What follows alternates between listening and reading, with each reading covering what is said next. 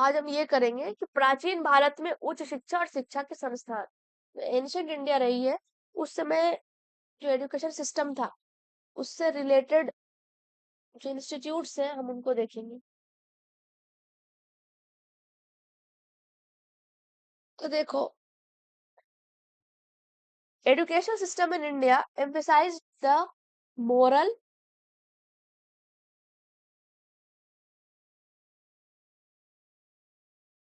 हाँ, moral, spiritual, physical and intellectual aspects of life. जो पुरानी सिस्टम थी एंशियंट इंडिया में, वो इन चार चीजों पर ध्यान देती थी। नैतिक शिक्षा की तरफ, आध्यात्म, शारीरिक और बौद्धिक पहलुओं की ओर। The primary goal of the system of education was development of a wholesome personality. जो मुख्य उद्देश्य था शिक्षा प्रणाली का प्राचीन भारत में, कि जो पर्सनालिटी है, जो व्यक्तित्व है, उसका विकास हो हर रूप में, मोरली भी, स्पिरिचुअली भी, फिजिकली भी, इंटेलेक्चुअली भी, सारे के सारे एस्पेक्ट कवर होने चाहिए। The ancient system of education system was informal and formal. तो दो तरीके का सिस्टम रहा, एक था अनौपचारिक, दूसरा था औपचारिक। अनौपचारिक मतलब जो घर के अंदर आपको शिक्षा दीक्षा मिल रही है, और औपचारिक मतलब जहाँ गुरुकुलास जा रहे हैं या फिर गुरु के शरण में रहकर आप पढ़ाई कर रहे हो या इंस्टीट्यूट जा रहे हो, उस समय की यूनिवर्सिटीज में जाके पढ़ाई कर रहे हो, तो वो थी आपकी फॉर्मल सिस्टम ऑफ एजुकेशन। जो गुरुकुलास एंड फॉरेस्ट स्कूल्स जो होते थे, वो अक्सर नदियों के किनारे होते थे। गुरुकुल्स या जंगल में जो स्कूल्स होते थे, वो सारे के सारे रिवर बैंक के आसपास होते थे। तो जो वैदिक एजुकेशन सिस्टम था, हम शुरू करेंगे यहाँ से। इस सिस्टम में 3 चरण होते थे। वैदिक प्रणाली के दौरान सीखने के 3 चरण होते थे। पहला है श्रवण, कि आपको सुनकर आप जो सीख रहे हो।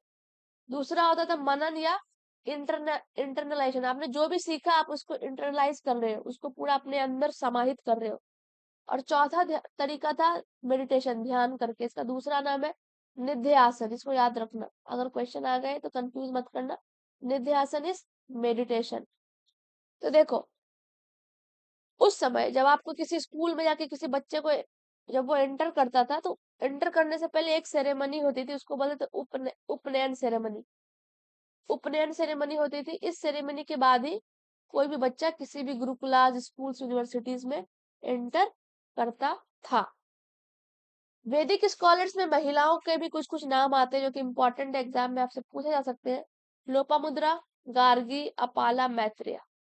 ये जो 4 महिलाएं हैं, इनका जो वैदिक टेक्स्ट बुक है उनमें इनका जिक्र होता है as one of the great women scholars of their time.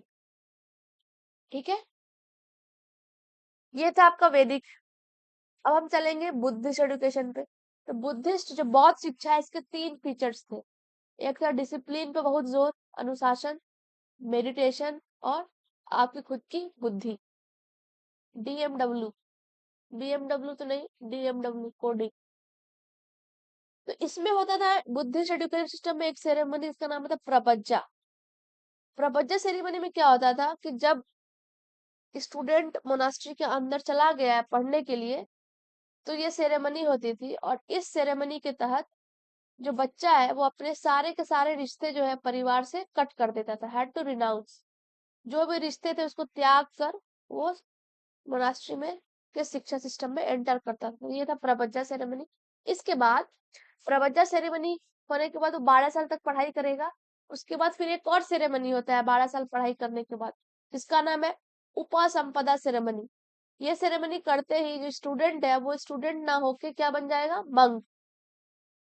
12 साल तक स्टूडेंट था, उसने पूरा शिक्षा दीक्षा लिया, उसके बाद वो क्या बनेगा, मंक, भिक्षु बन जाता है उपसंपदा सेरेमनी करने के बाद। लेकिन बुद्धिस्ट एजुकेशन सिस्टम में जो महिलाओं की जो शिक्षा है उस पर बहुत कम जोर दी गई। जैसे कि वैदिक में हमें दिख रही है महिलाएं हैं, उनका नाम तक दर्ज है, लेकिन बुद्धिस्ट एजुकेशन सिस्टम में it is rare to find womens associated with education. ठीक है, ये था। अब हम पढ़ेंगे इंडिया में जो भी एंशियंट इंडियन यूनिवर्सिटीज रही हैं, कहाँ कहाँ पर रही हैं और उन यूनिवर्सिटीज की क्या क्या स्पेशल फीचर्स हैं। तो हम सबसे पहले बात करेंगे तक्षशिला की, तक्षशिला महाविहारा। आठ 8वीं सदी में बनी थी ये, 8th सेंचुरी बीसी में। देखो, महा मतलब होता है ग्रेट, और विहारा मतलब होता है प्लेस और अडोब, ठीक है। तो ग्रेट प्लेस या ग्रेट यूनिवर्सिटीज इस तरीके से। ये भारत का सबसे पुराना सेंटर ऑफ लर्निंग है। यहाँ पर पढ़ाई होती थी वेदों की, 18 आर्ट्स की, इसमें फॉर एग्जाम्पल 18 कलाओं की पढ़ाई होती थी। कुछ एग्जाम्पल है, तीरंदाजी, शिकार करने के लिए सिखाते थे, कानून के बारे में, चिकित्सा, सैन्य विज्ञान, खगोल विज्ञान और भी चीज, ठीक है। ये टॉप इम्पोर्टेंट है। इसमें जो इम्पोर्टेंट टीचर्स रहे, इनको याद रखना है। जो तक्षशिला महावीरा से एसोसिएटेड शिक्षक रहे हैं, पाणिनि, चाणक्य, कुमारलता, इम्पोर्टेंट है ये। प्रमुख विद्वान जो इस तक्षशिला महावीरा से पढ़कर बाहर आए हैं, इसमें से एक है पसेंदी नामक इंसान, जीवक, जीवक डॉक्टर था बिंबिसार का, चरक, जिसको फादर ऑफ मेडिसिन कहा जाता है, और चंद्रगुप्त मौर्य जो कि किंग था, बाद में किंग बनता है। तो ये सारे के सारे प्रोमिनेंट स्कॉलर रहे हैं तक्षशिला महाविहार के। ओके, इजी फैक्ट है, रट लेना है इसको। नेक्स्ट हम देखेंगे नालंदा महाविहारा पे, जो कि 5वीं शताब्दी में स्टैब्लिश होती है और 12वीं शताब्दी तक ये चलती है, ये इंस्टीट्यूट। इसके फाउंडर रहे हैं कुमार गुप्त फर्स्ट। ये इसको ऐसा टैग लाइन मिला है, one of the first great universities in recorded history. Record किए गए इतिहास में पहला महान विश्वविद्यालय में से एक। यहाँ पर 2 चाइनीज ट्रैवलर ने विजिट किया था नालंदा को, वेरी इंपॉर्टेंट, इत्सिंग और स्वानजांग ने 7th सेंचुरी एडी में, इंपॉर्टेंट है ये। यहाँ पर पढ़ाई होती थी साइंस की, एस्ट्रोनॉमी, चिकित्सा, लॉजिक, इंपॉर्टेंट, तर्क वितर्क। यहाँ की जो लाइब्रेरी थी उसको बोलते धर्मगुंज, मतलब इसका मतलब होता था माउंटेन ऑफ द ट्रुथ, सत्य का पर्वत। The library of Nalanda Mahavira, इसमें बहुत सारे कलेक्शंस थे किसके, बुद्धिस्ट नॉलेज सिस्टम के, पूरे दुनिया में सबसे बेहतरीन और सबसे ज्यादा, इसलिए ये सारे ट्रैवलर्स इस यूनिवर्सिटीज को विजिट करते थे फॉर नॉलेज। नालंदा महाविहारा को यूनेस्को वर्ल्ड हेरिटेज साइट में इंडक किया गया था 2016। अब हम देखेंगे नेक्स्ट है ओदंतापुरी महावीरा, ये बिहार में है, आज के प्रेजेंट डे बिहार स्टेट में है। ये भी बुद्धिस्ट महाविहारा था, 8th सेंचुरी एडी में बनी। यहाँ पे सबसे जो फेमस स्कॉलर हुए हैं, उनका नाम है अतीसा दीपांकर श्रीज्ञाना। ये बहुत ही पॉपुलर बुद्धिस्ट स्कॉलर है, उन्होंने पढ़ाई लिखाई ओदंतापुरी में किया था। इसके बाद हम देखेंगे विक्रमशिला महाविहारा को, ये भागलपुर बिहार में है। इसका फाउंडर है धर्मपाल, धर्मपाल ने इसको बनवाया था। टाइम पीरियड वही है 8th सेंचुरी एडी। अब देखो, यहाँ पर ये स्कॉलर था अतीसा, यहाँ पे जाके वो टीचर बन जाता है, अतीसा दीपांकर श्रीज्ञान। विक्रमशिला यूनिवर्सिटी में Vajrayana sect of Buddhism flourish करती है, V for Vikramshila, V for Vajrayana. देखो, बुद्धिज्म में ना 3 तरह का डिवीजन है, वज्रयान जो है वो लेटेस्ट डिवीजन था, तो ये अलग तरीके से फंक्शन करती है बाकी 2 से। अगर आपको इसको डिटेल में जानना है तो आप गूगल करके देख सकते हो, लेकिन ये इंपॉर्टेंट नहीं है हमारे एग्जाम के लिए जानना कि वज्रयान सेक्ट में क्या क्या चीजें थी। अगर हिस्ट्री के लिए पढ़ रहे होते तो मैं आपको तीनों एक्सप्लेन करती, पेपर 1 के लिए इंपॉर्टेंट नहीं है।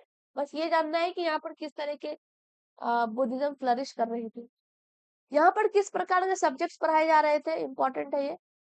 तांत्रिसिज्म, तंत्रवाद, logic, Veda, astronomy, law, grammar and philosophy, इसको आपको रट लेना है। ओके, नेक्स्ट हम आगे बढ़ेंगे। नेक्स्ट महाविहारा है जगदल्ला, इसको फाउंड किया गया था 11th सेंचुरी एडी में। ये अभी बांग्लादेश में प्रेजेंट है, और यहाँ पर एम्फेसिस था वज्रयान बुद्धिज्म पे। इस महाविहारे के अंदर एक कंपाइलेशन हुई है जिसका नाम है सुभाषितारन, सुभाषितारा, सुभाषितारंता कोसा। ओके, सुभाषितारंता कोसा, जिसको कंपाइल किया था विद्याकारण नामक व्यक्ति ने, स्कॉलर्स ने। और ये जो सुभाषितारंता कोसा है, ये एंथोलॉजी है संस्कृत में, पूरा कंपाइलेशन है, कलेक्शन है चीजों का, संकलन है। ठीक है, ये है जगदल्ला। नेक्स्ट है सोमापुरा। इसको बनवाया था पाला किंग धर्मपाल ने 8th सेंचुरी एडी में, और ये अभी प्रेजेंट डे बांग्लादेश में है। वल्लभी यूनिवर्सिटी गुजरात में है।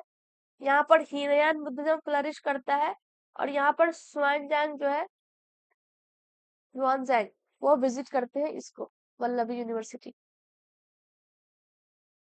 नेक्स्ट हम देखेंगे नादिया और नवद्वीप यूनिवर्सिटी, ये अभी वेस्ट बंगाल में है। और ये नदियों के जो दो नदियों का संगम है, गंगा और जलांगी, उस संगम के वहां पर ये स्थित है। यहाँ पर एक स्कॉलर रहे, रघुनाथ शोरोमणि। इन्होंने स्कूल ऑफ लॉजिक स्टैब्लिश किया नादिया में। आप एक चीज नोटिस करना, जहां पर भी बुद्धिस्ट एजुकेशन सिस्टम है, वहां पर स्कूल ऑफ लॉजिक आपको मिलेगा ही मिलेगा। ये कॉमन है अक्रॉस ऑल द बुद्धिस्ट महाविहारास। तो नादिया यूनिवर्सिटी में जो शिक्षा होती थी वो 3 सेंटर्स पे होती थी। एक था नवद्वीप, दूसरा शांतिपुर और दूसरा गोपालपुरा। इन 3 जगह पे एनएसजी, इन 3 सेंटर्स पे शिक्षा दी जाती थी। इसके बाद हम देखेंगे उज्जैनी यूनिवर्सिटी को, जो कि उज्जैन, ये फेमस रहा है अपने खगोल विज्ञान के लिए और गणित के लिए। यहाँ पर कुछ कुछ जो पॉपुलर मैथमेटिशियन और एस्ट्रोनॉमर हुए हैं, उसमें से एक है वारा मिहिरा। इसकी 2 किताबें हैं, पंच सिद्धांतिका और बृहद संहिता, जो इम्पोर्टेंट है। उसने और भी टेक्स्ट बुक लिखी है। फिर ब्रह्मगुप्त, ये खगोल क्या होता है? क्या हुआ? खगोल विज्ञान। एस्ट्रोनॉमी, एस्ट्रोनॉमी जो तारों की पढ़ाई करते हैं, स्टार्स प्लैनेट्स, वो है।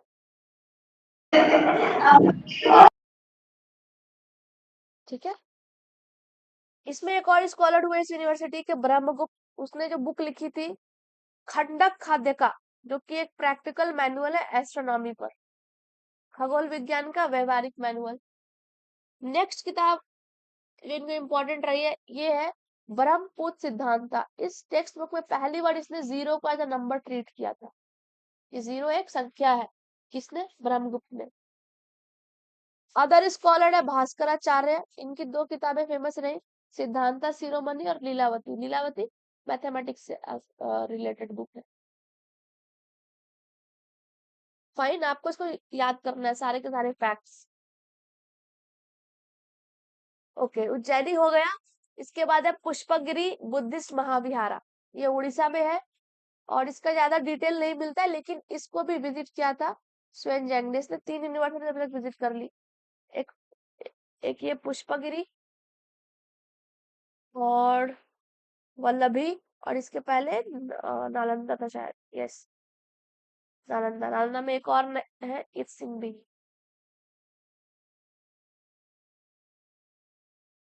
हम देखेंगे शारदा पीठ, जो कि 6 सेंचुरी एडी से 12 सेंचुरी एडी तक सरवाइव करती है। ये एक टेम्पल यूनिवर्सिटी थी, मंदिर विश्वविद्यालय। और ये किस नदी के किनारे थी? नीलम नदी के किनारे। शारदा पीठ कश्मीर के एरिया में है। ठीक है, तो यहाँ पे जो सबसे बड़ा डेवलपमेंट होता है, वो एक स्क्रिप्ट है, इसका नाम है शारदा स्क्रिप्ट। वो इसी शारदा पीठ, इसी यूनिवर्सिटी के अंदर डेवलप हुई थी। और इसको सबसे पहली बार रिकॉर्ड में किसने बताया था? अल बिरूनी, जो ट्रैवलर था, जो इंडिया आया था, इसने सबसे पहले इस चीज को रिकॉर्ड किया था। साउथ इंडिया के जो स्कॉलर रहे हैं मुत्थुस्वामी दीक्षितर, उन्होंने इस पीठ को क्या बोला है? सरस्वती अबोर्ड, मतलब सरस्वती यहाँ निवास करती है, मतलब इतना नॉलेज यहाँ पर है। देखेंगे हम मान्यखेत। यहाँ पर तीनों जैनिज्म के स्कॉलर, बुद्धिज्म और हिंदुइज्म के स्कॉलर फ्लरिश करते हैं। यहाँ पर एक मठ होती थी मान्यखेत में, जो द्वैत स्कूल ऑफ थॉट को फॉलो करती थी। अब देखो, द्वैत स्कूल ऑफ थॉट जो है, इसका फाउंडर रहा है माधवाचार्य। और इस स्कूल ऑफ थॉट में क्या चीजें जो सबसे इंपॉर्टेंट है, माधवाचार्य कहते हैं कि जो इंसान का जो आत्मा है और जो रियलिटी है, दोनों अलग अलग चीजें हैं। और जो गॉड है, वो भी अलग चीज है। मतलब रियलिटी मतलब दुनिया, संसार, गॉड हो गए भगवान जी, और दूसरा हो गए तुम खुद, जो इंडिविजुअल है। इनका कहना है कि ये तीनों अलग अलग है। तो यही था माधवाचार्य का द्वैत स्कूल ऑफ थॉट। ये डेवलप होती, इसकी मठ है यहाँ पे मान्य खेत पे। नेक्स्ट हम देखेंगे नागार्जुना कोंडा। ये प्रेजेंट डे अमरावती आंध्र प्रदेश में है। ये एक बहुत बड़ा बुद्धिस्ट सेंटर है, आप अभी भी विजिट कर सकते हो अगर चाहो तो। यहाँ पर स्कॉलर्स आते थे चाइना, श्रीलंका से फॉर हायर एजुकेशन। इसका नागार्जुना नाम पड़ा है साउथ इंडियन स्कॉलर से बहुत बड़े नागार्जुन उनके नाम पर, जो कि महायान बुद्धिज्म के बहुत बड़े स्कॉलर रहे हैं। अब हम देखेंगे मिथिला। मिथिला बिहार में है। ये seat of Brahmanical system of education. यहाँ पे लिटरेचर, फाइन आर्ट्स और साइंटिफिक सब्जेक्ट्स की पढ़ाई होती थी मिथिला में।